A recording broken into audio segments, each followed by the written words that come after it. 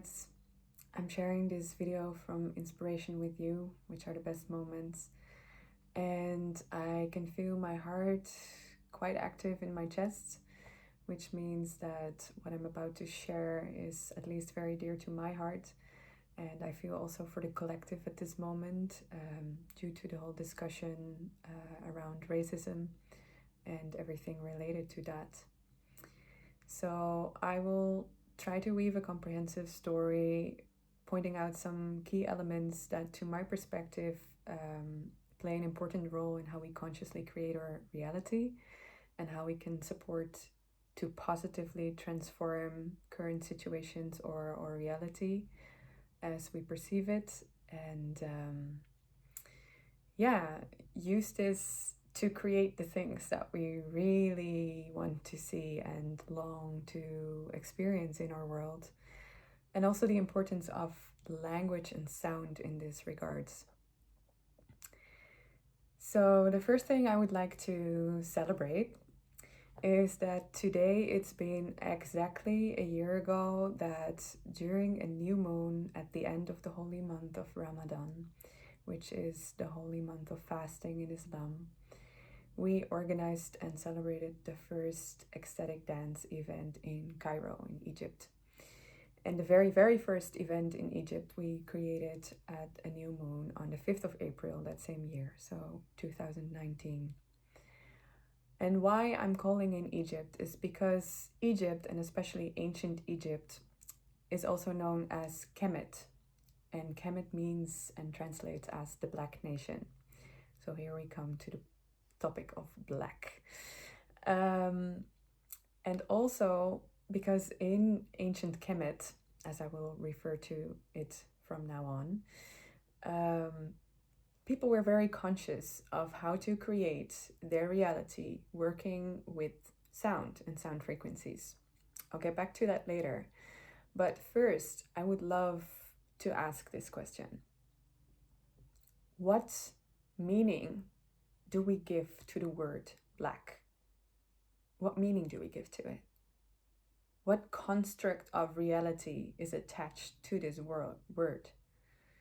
Because black means a variety of things for what I'm aware of in our culture, world, and society.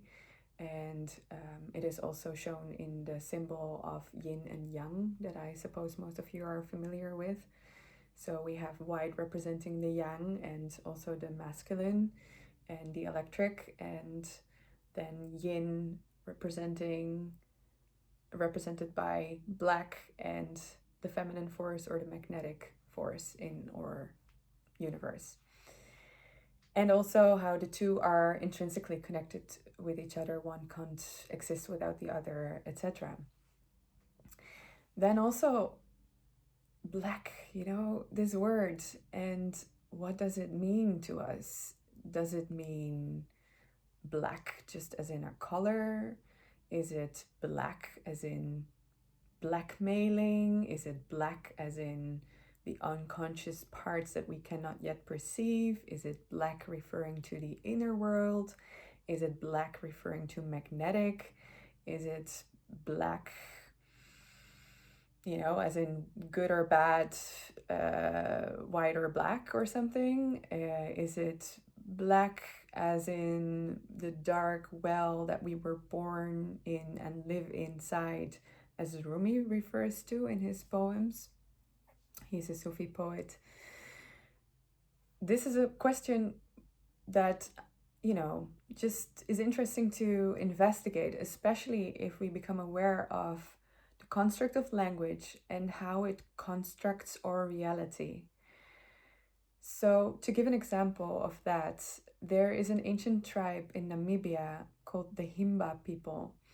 And the Himba people have 12 words for different shades of green, but they do not have a word for the color blue. And when they did research on this, they found that if they would show a person from the Himba tribe, let's say 11 shades of green and then 1 shade of blue, they couldn't point the blue shade out. Whereas if they would give them 11 of the same shades of green and one altered shade of green, they pointed out that shade immediately. Whereas people who only have maybe one word for green in their language had much more difficulty pointing out that altered shade of green. And this brings us to the question of whether it might be so that if we do not have a word for something in our language, then maybe we are not able to perceive it with our physical eyes. There's been multiple studies done on this, and it is really interesting to just contemplate this for a moment. Like, the things that we have been told to be true and that we have been taught words for, we perceive with our physical eyes. Whereas the things that we have been told not to be true, or that maybe there is not even a word for in our language, we may not even be able to perceive with our physical eyes. Again, the physical eye, because obviously there is ways that we can perceive everything that surrounds us and everything that is present constantly. This whole universe is made up of energy, and whether we call this energy prana or chi or life force, it is really the same energy. I'd like to refer to it as the energy of love, because I really feel that's what the whole universe is made up of.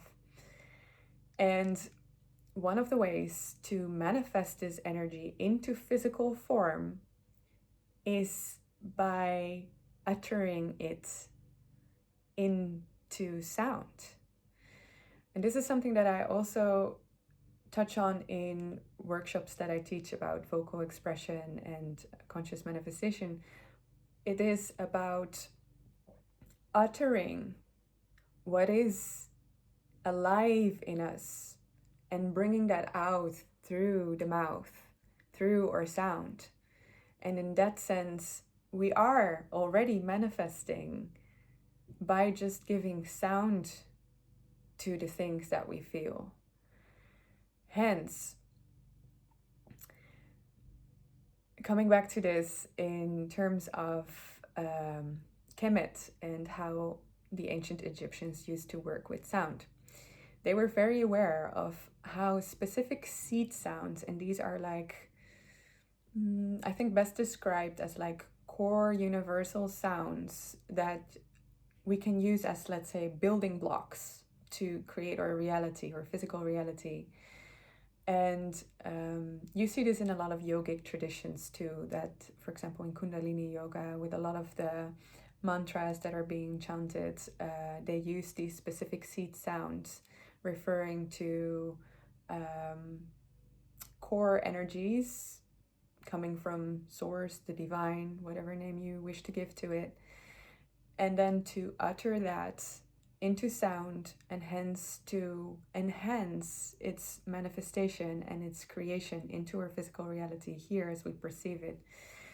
So, for example, also the ancient Egyptian gods, and I've touched on this in another video as well, but for example, Ra is depicted as the Egyptian god of the sun, but Ra essentially is a seed sound who then is depicted in a physical form, so we can also relate to it from our physical perspective.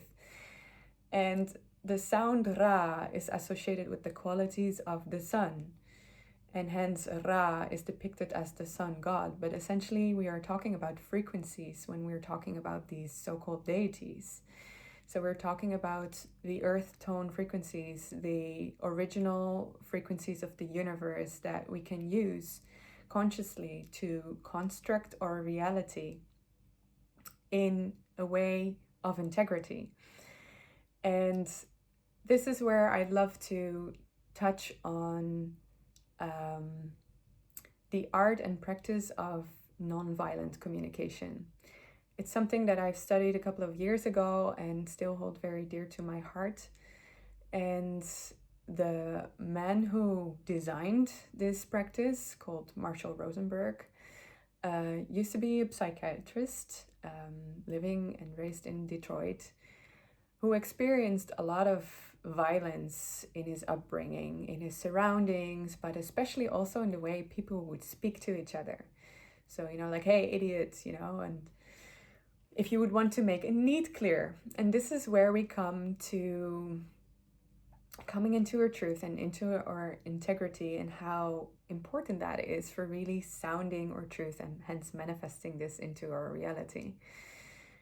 So, for example, if you would have a very, very vulnerable need, something really coming from your deep longing and desire, and you feel afraid to express it because maybe you won't be fully received in it, or people will reject you when you express it, or in whatever way it doesn't feel safe. You might even be abandoned, or you might be disregarded simply because of expressing this need.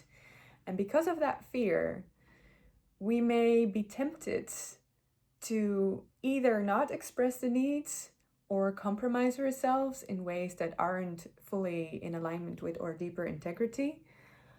Or we might even try to force the fulfillment of these needs by using a form of violence, which may be blaming. For example, if you would love a specific person to do something for you, and they might be your favorite strategy, so-called, to fulfill your need, and they're not answering to it, we may fall into blaming, you're not doing this, you're not doing that, ba ba ba ba ba.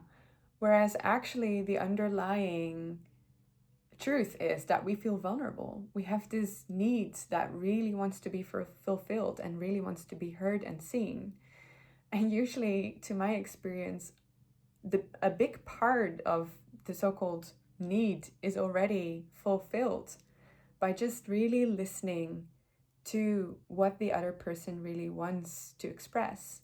So simply by expressing what we truly feel and truly need in this moment, and being fully received in that, firstly, by ourselves, because it's so important to really listen to ourselves and really feel what we truly want and truly desire, and to just breathe and move with that before even, projecting that on anything in our outer reality. But really being received in that also by another person is already so healing in itself. And to my humble perception, this is partly because our feelings and our needs are like this moving energy inside our body, like our emotions. It's energy in motion. It is just life force energy that constantly flows. The whole universe is a constant breath movement. It is a constant flow of energy, and it's changing all the time. So what you may feel in one moment may be different in another. It's like this current flow of life. And when we can just address what is the current in this moment, what is the feeling, what is the need, and we can just express that. And sometimes we may not even need to use words. We may just use a sound. If you feel any discomfort, or if you feel some kind of frustration, it may be just like, something like this. But expressing ourselves in any way possible helps us to ground into our bodies, into our integrity, and to align with the divine symphony of life. I'll repeat that. It helps us to align with the divine symphony of life. And when we are deliberately, consciously or unconsciously, choosing, especially, for example, out of a motivation of fear, to not act from that integrity and from that alignment, but instead to maybe compromise, move away from, or, not fully speak our truth or express our truth in the moment, we are acting out of accord, like accord, music, accord, of this divine symphony. And hence, it is so important to understand that your specific, unique voice, the way that the energy is moved through your specific body, your body being an instrument of the divine, a channel of creation of the divine, has a place in this world. It needs and wants to be heard. It wants to be uttered. And coming back to the art of nonviolent communication, Marshall Rosenberg has done a lot of research after he identified what he calls the language of violence, the language of judgments.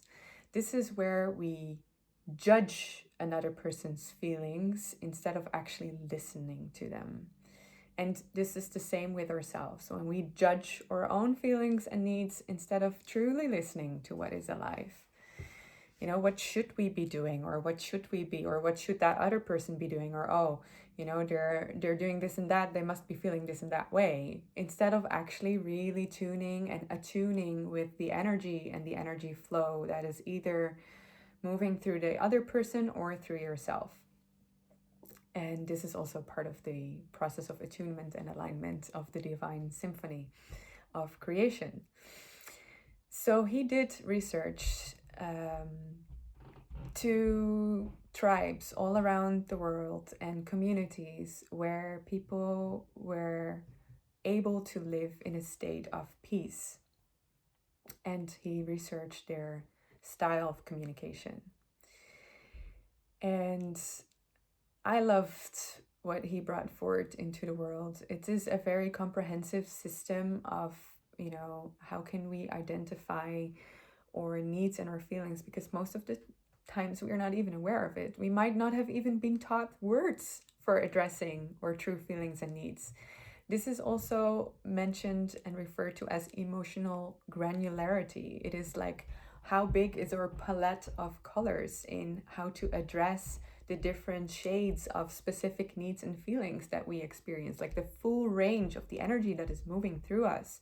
Because if we're only working on this bandwidth, you know, for example, say there's only one word for green, but there's so many shades of green, right? So there might be so many shades of sadness. And also, once we address the shade of sadness or whatever emotion that we are dealing with, it is seen, it is perceived, it is heard. And with that, it gets full permission to just continue flowing. Because the moment we judge those feelings and those emotions, we will suppress them and they get stuck in our bodies, and they will prevent us from fully experiencing the infinite movement and flow of energy that comes from the divine and moves through our bodies. So we are actually depriving ourselves of a lot of creative life force when we are suppressing our needs, wants, and feelings and judging them. Because that is another thing about emotion. It is just energy in motion. And once we judge it, it gets stuck into a specific repeating pattern, and this might play out in various ways in our lives. And yeah, it's like it blocks us in creating what we truly want to create, because we still have this story and this meaning and this judgment attached to it, so it cannot flow freely. Anyways, I therefore would love to read the specific piece of Marshall, which I really loved, and it comes from a video that I will link below as well. And he speaks about natural giving and the importance of giving and receiving from love, because love is the universal life force. It flows through us all the time, everywhere. And when we feel inspired to move from this energy, that's when we are coming into alignment with that energy and this divine flow. And that's when giving and loving and living will become effortless. All right, natural giving. Anything we do in life that isn't coming out of the energy of love, we pay for it and everybody else pays for it. Anything we do out of fear of punishment, everybody pays for. Everything we do for a reward, everybody pays for.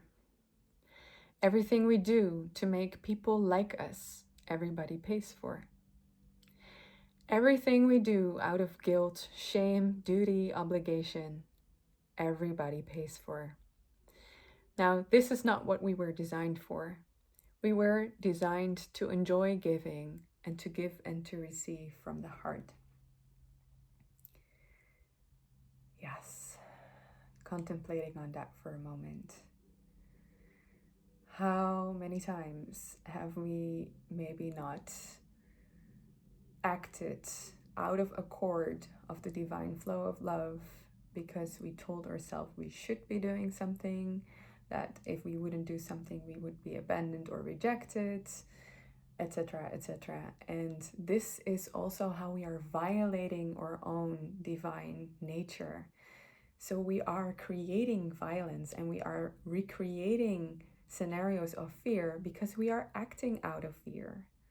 And we are violating the universal truth, which is the truth we can feel in our heart.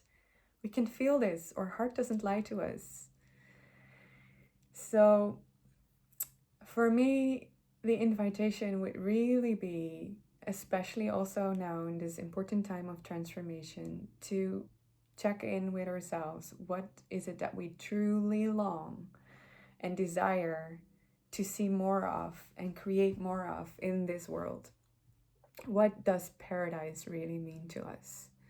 And to understand that we are not victims, but that we are co-creating this reality, and that we can consciously use our words as a sort of invocations and prayers and spell. Like I say, the sword of truth, the spell of sacred words, sword. So this is where you also swear, or you use your sword, like what is your sword of truth, and how can you utter what is really dear to you? Because whatever we invest our energy and our attention in, we animate. It is our spirit that animates these constructs, these concepts, like whatever meaning we give to it. This is the same with money, for example. Money in itself is not really anything worthwhile, except for the meaning that we give to it. And this is the same with so many things in our reality. What meaning do we attach to it? What feeling do we attach to it? What life energy do we attach to it? So really using that also in the way that we speak, and feeling that whenever we speak, we can just keep checking in and reattuning with ourselves, and also taking our time to really find that inner connection and to let it come from the inside out, and to really sound your truth into this world, and hence create and manifest what you'd really love to see more of. And I'm not saying, for example, that it is not important to give a clear no to the things that we don't wish to create more of, because this is a very important part of the process. But just as with the situation at hand with the global discussion around racism and being black or white, I think it's also very important to not just say what we don't want, but that we actually really state what we do want, and create more emphasis on this, positive reinforcement on this, and also to really attach the energy of love to that, give the energy of love to that, animate that force and that creation with the energy of love from our hearts being uttered through our words. Or uterus, even if you don't have a physical uterus as a man, or any human being not having a physical uterus. I know there's also transgenders and, all these beautiful, colorful people in this world. But even if you do not have a physical uterus, you can still create this interweaved, integral connection between our sacral life force, which really also moves strongly in the lower body, and to move that out and birth it out through the mouth. Because we can, of course, birth things into the physical, like a woman gives birth to a child, but we are also constantly birthing our reality through the use of our language and our words. And as a final note on this, I also really feel personally very strongly how I've been in deep communication with nature and with the earth my own body, but also the earth as the earth body. And there's various philosophies on how language, like the different languages that we know from different parts of the world, evolved and developed. And there's also the story of the Tower of Babylon, and then everybody started speaking different languages in the world, and how it may or may not have created separation. But personally, I also feel that a lot of language has been developed from the sounds of nature. For example, if you would live in a tropical surrounding and you would like to refer to the word for birds, or you'd like to point out a bird, you might make a sound that is similar to the sound of that bird in order to make yourself clear. That's what I'm referring to. Whereas a bird in a different part of the world might sound completely different. And this is also, even birds themselves have different tunes and riddles of their chirping in different parts of the world, even if it's the same species of bird. So this is really interesting. They adjust to the energy and the tonality of the environment.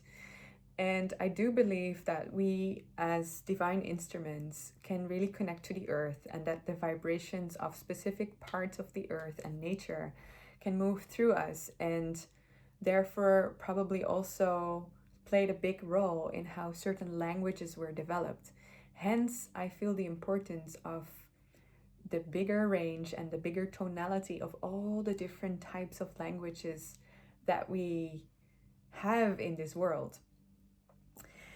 Right now, we are facing a time of globalization, and there's a couple of languages that are very predominantly spoken in our world, which, also created a lot of connection and a lot of possibilities of sharing understanding with each other on different levels. But also it has been reinforcing specific constructs of reality that are specific to the tonalities and the frequencies of those specific languages.